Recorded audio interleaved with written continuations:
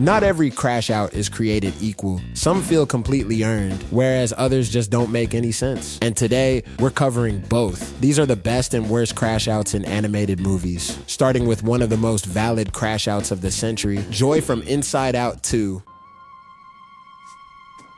Delusional?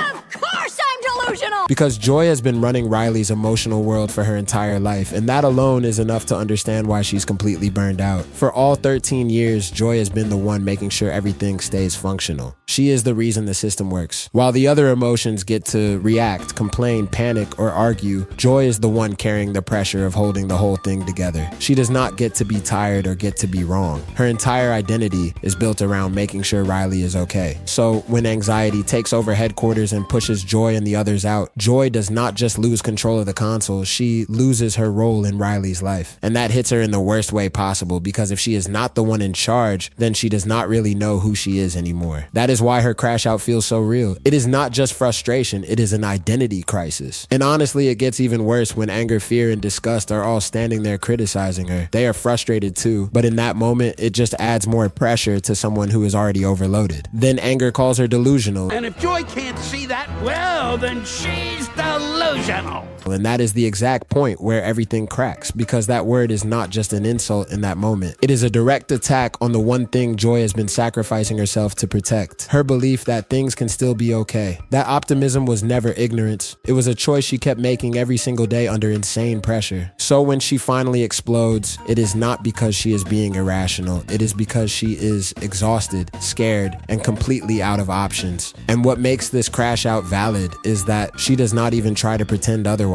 She breaks open and admits the truth. Yes, she is tired. Yes, she has been holding everything together. Yes, it has been hard. For the first time, the mask slips, and underneath the toxic positivity is just someone who has been carrying too much for too long. Joy broke because she was under too much pressure, but Magnifico from Wish breaks the second things don't go his way. We could do it now. No, not now. Bad timing! All the wishes. Magnifico's crash out could literally be one of the worst narcissistic meltdowns I've ever seen, because the moment his ego gets threatened, he turns to dark magic. From the start, he presents himself as this wise, generous ruler who's protecting his people by holding on to their wishes. But the moment people start asking real questions, like when they'll get their wishes back, or why he gets to decide everything, cracks begin to show. It's not just the questioning, it's what it represents, his control slipping away. All it takes for him to crash out is the arrival of the star, which pushes him even further. Now there's something in his kingdom he can't control, can't predict, and can't keep for himself. That uncertainty feeds directly into his paranoia, and instead of adapting like a real leader, he spirals. That's what leads him to the forbidden magic. Not out of necessity, but out of fear. He convinces himself that the only way to protect everyone is to become even more powerful, even if it means crossing a line he knows he shouldn't. That's the thing with Magnifico. His charm only works as long as people admire him. The moment that admiration turns into doubt, his entire image starts collapsing. Once he realizes love isn't enough to keep people obedient, he switches to fear, because underneath all of that, it's just narcissism with a crown. Magnifico sees himself as a martyr. He believes he sacrificed everything to build this kingdom. So in his mind, everyone owes him blind trust. The second they stop praising him and start demanding transparency, he takes it as a personal attack. Instead of proving them wrong, he proves them right. That's why this crash out is so invalid. This isn't someone breaking under pressure or pain. It's someone losing control and immediately choosing power over people. The moment his ego is threatened, he's willing to trap, manipulate, and destroy the very dreams he claimed to protect. And while Magnifico loses control the second he's challenged, Lilo from Lilo and Stitch snaps for a reason that actually hurts. You'll never be like your mom. Never. Okay. That's it! Lilo's crash out is a valid snap that feels painfully real, because this is not just about a random insult, this is about grief. Because by this point, Lilo is already carrying the loss of her mother, and she is trying to honor her by putting everything into the hula competition. That means she is not just performing, she is trying to hold on to her mother's memory in the only way she knows how. That is a lot for a kid to carry. Most adults would struggle with that. So when Myrtle starts in on her, it is already annoying enough. Myrtle has been bothering Lilo for a long time, calling her weird, creepy, and all the usual stuff. But then she crosses the line and says Lilo will never be like her mom. We know kids can say mean stuff, but this is on another level. This is not teasing anymore. That is just cruel. And why would you say this to a girl who already beat you up for calling her crazy and has a literal space alien dog? But Myrtle knows exactly what she is doing. She is not just insulting Lilo. She is attacking her deepest insecurity and rubbing salt straight into an open wound. Lilo already fears that she is not like her mom, and Myrtle throws that fear right in her face. That is why her reaction makes so much sense. In fact, it is impressive she held it together as long as she did. Lilo had tolerated Myrtle's bullying for a long time, but bringing up her dead mother was a line that was too much for her. So when she finally snaps, it is not an overreaction. It is the honest emotional response to someone saying the cruelest possible thing at the worst possible time. While Lilo crashes out protecting something she lost, Hal from Megamind snaps because he didn't get what he wanted. You're dead! Whoa, whoa, whoa, whoa, whoa. This isn't how you play the game. Game over. Hal's crash out is different because it was intentionally triggered by Megamind, and technically it's understandable on a surface level, but it's still one of the worst once you look at the full picture. Yes, Megamind manipulates him and he gets his heart broken, but the important thing is Hal was already a problem before any of that happened. He was never some innocent, misunderstood guy who only turned bad because of one reveal. Even after getting his powers and becoming Titan, he was just abusing them for selfish reasons. He did not want to save the city out of duty. He was using the role to impress Roxanne. He treated heroism like a transaction. Basically, if I do this, I get the girl. And that is the real issue. He was never invested in doing the right thing. He wasn't trying to be a good person. He was trying to get rewarded for acting like one. When he finds out that Bernard was actually Megamind and that Roxanne had been spending time with him, Hal doesn't crash out because of some deep emotional betrayal alone. He crashes out because he feels like his prize got stolen. That is a huge difference. Roxanne had already rejected him. Megamind didn't steal his girl. There was no his girl to begin with. What Hal is really mad about is that his power didn't automatically make him entitled to her attention. That is why his rage feels less like heartbreak and more like entitlement. This one's for stealing my girlfriend. What? Bro, what are you talking about, man? Oh, the delusion on this guy. The second that ego gets hit, he jumps straight to violence as he literally tries to kill Megamind over it. Once the truth comes out, he doesn't even try to stay good. He immediately drops the hero act and goes straight into villain mode. That tells you everything you need to know. He was never a good guy who snapped under pressure. He was a selfish guy who finally got enough power to stop pretending. So yeah, his crash out is understandable on a surface level, but as a valid crash out, not really. Where Hal's crash out is pure entitlement, Tai Lung from Kung Fu Panda comes from a lifetime of expectation. What I ever did, I did to make you proud.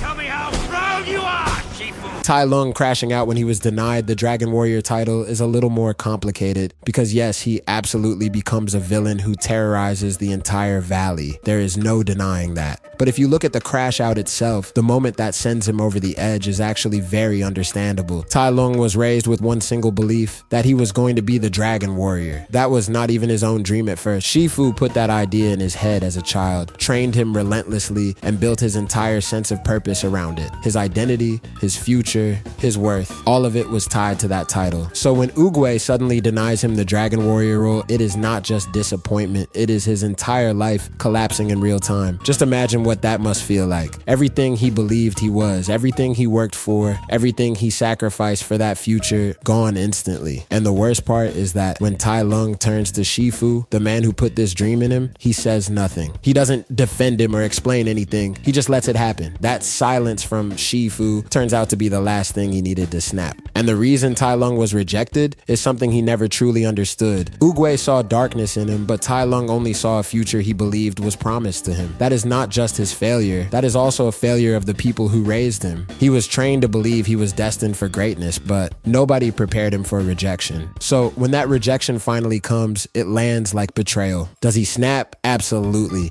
Does his rampage go way too far? Of course. He starts attacking innocent people who had nothing to do with the decision, and that is where he crosses the line. But the initial crash out, the moment he realizes everything has been ripped away from him, that part is valid. Years of pressure, expectation, humiliation, and betrayal all hit him at once. That is the kind of emotional explosion that makes sense, even if his actions afterward do not. While Tai Lung's crash out comes from years of conditioning, Syndrome from The Incredibles comes from a single moment he just couldn't let go of. The baby's sleeping. Syndrome's crash out in this scene is pure sore loser pettiness because he is literally trying to kidnap an infant as revenge against the family of the man who rejected him years ago. And yeah, Buddy being rejected by his hero is sad at first, that part makes sense, but his backstory isn't an excuse for everything he does, especially when it goes this far. The problem is, he never stops at being hurt. He turns that hurt into a full-on obsession. What makes Syndrome's crash out so pathetic is that his entire villain identity is built on a childhood grudge. He was never just angry at Mr. Incredible, he became obsessed with proving that the world made a mistake by not choosing him. So instead of moving on, learning from it, or growing up, he spends years turning it into a mission to ruin Mr. Incredible's life. In the process, he lures and kills multiple real heroes just so he can eventually pretend to be one. That is where it stops being sympathetic and starts being pathetic. By the time he reaches the Parr's home to kidnap Jack Jack, that obsession is all that's left. His whole master plan is already collapsing under his own arrogance and he still can't handle it. He acts like some brilliant mastermind, but underneath it all, he's still the same bitter kid, the same whiny kid who couldn't handle not being chosen. So when he goes after Jack Jack, he's no longer just a bitter former fan. He's willing to kidnap a literal infant to get revenge on a family that had nothing to do with his emotional immaturity. That is not a valid response to being rejected at all. That's why his crash out is fully invalid. He's crashing out because his long-term revenge plan failed and he refuses to accept defeat. Instead of moving on with his life, he chooses to become the worst possible version of himself. And while Syndrome is still clinging to a childhood rejection years later, Ken's about to lose it over something happening right in front of him. Remember what Vance said, why is your life any more valuable than mine?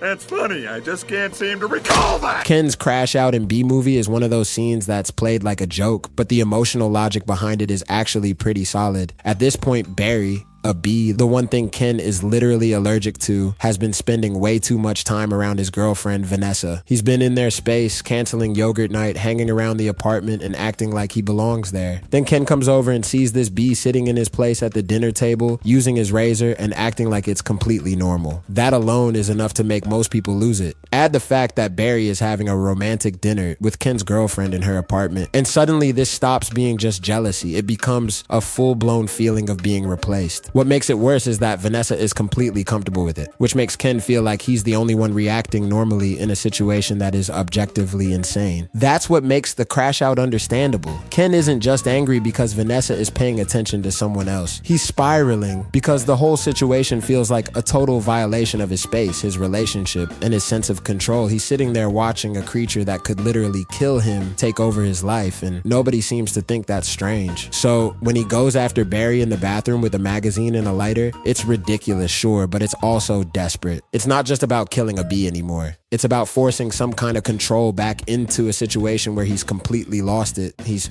trying to reclaim his place in the relationship and his dignity from what feels like an intruder. Is he dramatic? Absolutely. Is he handling it well? Not even close. But the feeling underneath it, being ignored, replaced, and pushed out in your own relationship, is something people actually relate to. The fact that the intruder is a bee just makes it funnier. It doesn't make the emotion any less real. Ken's scared of being replaced, but Turbo from Wreck-It Ralph straight up refuses to be replaced. World to let you and that Holocaust riddled warthog take it away from me! Turbo crashing out in front of everyone at a major public event is basically an explosion of ego, fueled by a refusal to accept that the world didn't revolve around him. His backstory tells you exactly what pushed him to the edge in the first place. He was once the star of Turbo Time, the most popular racing game in the arcade. When a new game called Road Blasters was plugged in next to his, Turbo became consumed with jealousy over his fading popularity. He couldn't handle someone else getting attention, so he abandoned his own game and invaded that one. Then he crashed that game too, getting both unplugged. Still, he didn't stop there. He took over Sugar Rush, rewrote its code, tampered with the game's memory of Vanellope's true role, and acted like he was some noble protector of the system. But the truth is, none of that was ever his to begin with. He invaded a game, stole control, trapped people inside a lie, and then tried to pretend he was maintaining order. That's a greedy, selfish freakout from someone who can't stand not being the center of attention. He even screams that Ralph and Vanellope are taking away his kingdom when he had already hijacked Sugar Rush and illegally overwritten its code years earlier. Turbo sees newer games as a personal attack because because he believes everything should revolve around him. That's why his original turbo-tastic disaster happened in the first place, and that same toxic pattern leads him straight to Sugar Rush. He doesn't adapt to change. He doesn't accept being replaced. Instead, he tries to erase whatever outshines him. When he gets exposed, the crash out gets even worse. He's willing to let Vanellope die, even trying to destroy her himself, just to keep control of the game. That's not someone having a justified emotional meltdown. That's a villain trying to destroy a child because she finally has a chance to reclaim her life. He had already bullied her, isolated her, and made her feel like a glitch for years. So when she finally gets the chance to take back her place in the game, he tries to erase her completely. In the end, Turbo's crash out is just a violent rejection of reality. He would rather kill a game than let it succeed without him as the star, making his crash out one of the worst in an animated movie.